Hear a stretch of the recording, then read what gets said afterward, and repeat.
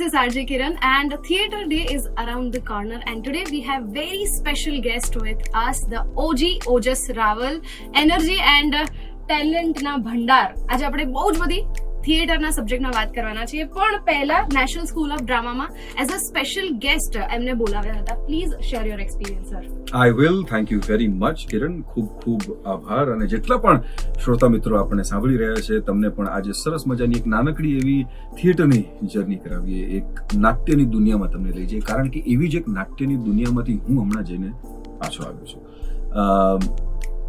મારું સૌભાગ્ય હતું કે 25માં ભારંગમ એટલે કે ભારતીય રંગ મહોત્સવમાં મને સ્પેશિયલ ગેસ્ટ તરીકે બોલાવવામાં આવ્યો અને ભારંગમ નાટ્ય જગતના જેટલા પણ લોકો છે અથવા કલાકારો છે એ લોકો માટે જેમ આપણે કહીએ કે મુંબઈમાં નાટકોનું કોઈ મંદિર હોય તો એ પૃથ્વી થિયેટર છે, because there is so much nostalgia associated with it.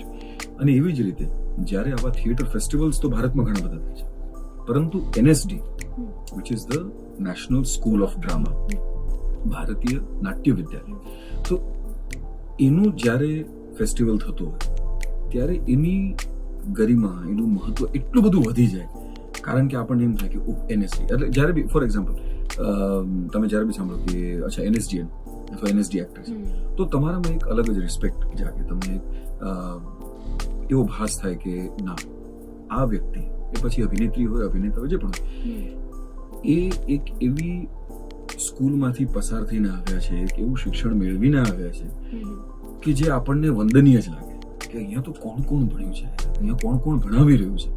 અને જ્યારે એનો ફેસ્ટિવલ થતો હોય અને માત્ર ભારતભરમાંથી જ નહીં, હા Kiran, they had performances that had come from Italy, રશિયાથી એક આખી ટીમ આવી, અને એ જે ભારંગમ ફેસ્ટિવલ થતો હોય દિવસભરમાં 4 થી 5 એવા વેન્યુઝ સાયમલ્ટેનિયસલી નાટકો થતા હોય, બધા જ મરાઠી, હિન્દી, ગુજરાતી, ઉડિયા, ઇટાલિયન, ફ્રેન્ચ, આ બધા નાટકો જ્યાં થતા હોય અને એ નાટકોનો એક મહોત્સવ થતો હોય. અને ત્યાંના ડિરેક્ટર ચિત્તરંજનજીએ બહુ જ સરસ એક વાત કહી હતી કે એ એક મહોત્સવ નથી, નાટ્ય મહોત્સવ નથી, પણ નાટકનો મહાકુંભ છે.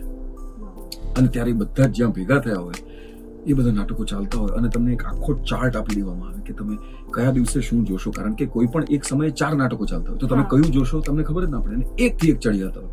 So you have to figure out which one you have to C and which one you have to અને કોઈ બી મિસ ન તમે કરવા ન માંગતા હો પણ પછી કમનસીબે તમારે કરવું જ પડે. મે બી નેક્સ્ટ ભારંગમમાં તમે જોઈ શકો.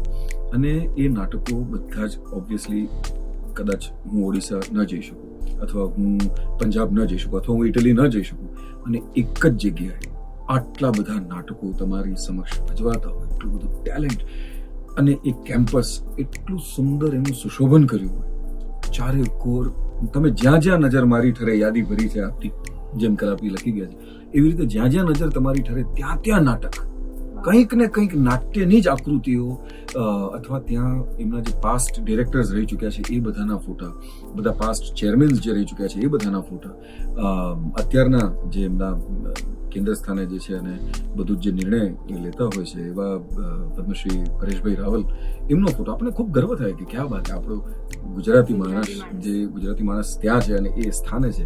અને બધા કલાકારો અહીંયાથી ત્યાં દોડતા હોય, કોસ્ચ્યુમ્સ ક્યાંક તૈયાર થતા હોય, ક્યાંક પ્રોપર્ટી પ્રોપ્સ તૈયાર થતા હોય, અને પછી તમને ખબર પડે કે હા આવતીકાલે તો ગ્રેન્ડ ફિનાલે છે અને ગ્રેન્ડ ફિનાલેમાં એ લોકો સમુદ્ર મંથન ભજવવાના છે.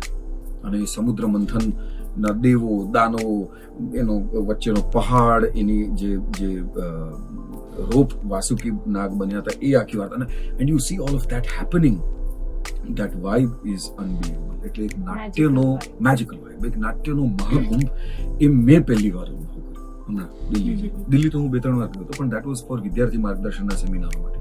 પણ એમાં જ્યારે આવી રીતે તમને બોલાવવામાં આવે અને ક્યાંક કોક જન્મે કંઈક પુણ્ય કર્યા હશે કે પરેશભાઈના હાથે જ મને મારું સન્માન કરવામાં આવ્યું, મને શાલ અઢારમાં, અને એ પુરસ્કાર મારા માટે બહુ જ મહત્વનો છે. અને એ મેં જઈ અને મુંબઈ જ્યારે હું ઘરે ગયો ત્યારે એ તરત જ મારા રૂમમાં એન્ટર થયું ત્યાં પહેલો જ દેખાય એવી રીતે એ સ્થાને ત્યાં મૂક્યો છે કે એ જળહળ્યા કરે ને ત્યાં હું એને જોયા કરું. અને મજાની વાત ત્યાં ખાસ એક તો નોંધ એ લેવાની કે ગુજરાતનું એક અભૂતપૂર્વ નાટક જે મેં તો પહેલા ક્યારેય જોયું નહોતું, એટલું સરસ મજાનું નાટક, બધા જ મિત્રો હતા એમાં, અને નાટકનું નામ વીજળી, હાજી કાસમ તારી વીજળી. આ હું ઘણા ટાઈમથી પ્રયત્ન કરતો હતો કે જોવું પણ કંઈ એનો યોગ નહોતો થતો. દિગ્દર્શક અભિનય બેંકર મારા દિગ્દર્શક રહી ચૂક્યા છે આગળના એક નાટકમાં. એ મને ઘણી વાર કે એમાં રહેલા મારા મિત્રો એટલે કે આદિત્ય ગઢવી અને મયુર માઇકલ ચૌહાણ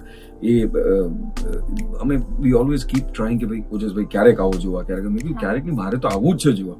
હું તો એ માણસ છું જે મુંબઈથી રાજકોટ ખાલી નાટક જોવા ગયો હતો વીરાંજલિનું, પણ એ યોગ નહોતો બનતો અને એ યોગ દિલ્હીમાં બન્યો અને મેં નાટક જોયું અને એટલું સરસ એનું એ જે લખાણ છે હાજી કાસમ તારી વીજળી, જે રાઇટિંગથી એનું જે ડ્રામેટાઇઝેશન છે સ્ટેજ ઉપર એની આકૃતિ જે લઈ આવે છે લોકો, એ અદ્ભુત હતી. અને મેં અને પરેશભાઈ અને ઇનફેક્ટ કલાકારોને તેમ થતું કે કદાચ પરેશ સર આખું જોશે નહીં જોવે, અડધું જોઈને પછી પાછા ઓફિસે જતા રહેશે. નહીં, એમણે આખું નાટક જોયું. એ જસ્ટ પહોંચ્યા હતા અને કીધું કે અરે વીજળી ગુજરાતી નાટક છે તો આપણે જોવા જઈએ. અને દિલ્હીમાં રહેતા ગુજરાતીઓ આખું હોલ પેક કરી દીધું અને we all enjoyed that play. A play પતી ગયા પછી પરેશભાઈ બધાને બોલાવ્યા કે આવો આપણે કેબિન પર ભેગા થઈએ અને નાટક વિશે જાણીએ. અને નાનીમાં નાની વસ્તુમાં ઇન્ટરેસ્ટ લેતા કે કેટલા વાદ્યો હતા, જે મ્યુઝિક વાગી રહ્યું છે લાઈવ મ્યુઝિક જે છે એ કેટલા વાદ્યો હતા. અચ્છા, એમાંથી કયું લાઈવ સિંગિંગ આદિત્ય કેટલું લાઈવ સિંગિંગ કર્યું છે, કેટલું નથી કર્યું. અચ્છા, હાર્દિક દવેનો જે આલાપ છે છેલ્લો એ ક્યાં કઈ રીતે રેકોર્ડ થયો છે આમ. એટલે આ બધી વાત અને આ માહોલ દેટ ઇઝ ભારંગમ. અને એક એવી વસ્તુ તો હું લઈને જ આવ્યો છું કિરણ કે દર વર્ષે ભારંગમમાં જેટલા દિવસ બની શકે એટલું અટેન્ડ તો કરવાનું છે. વાવ.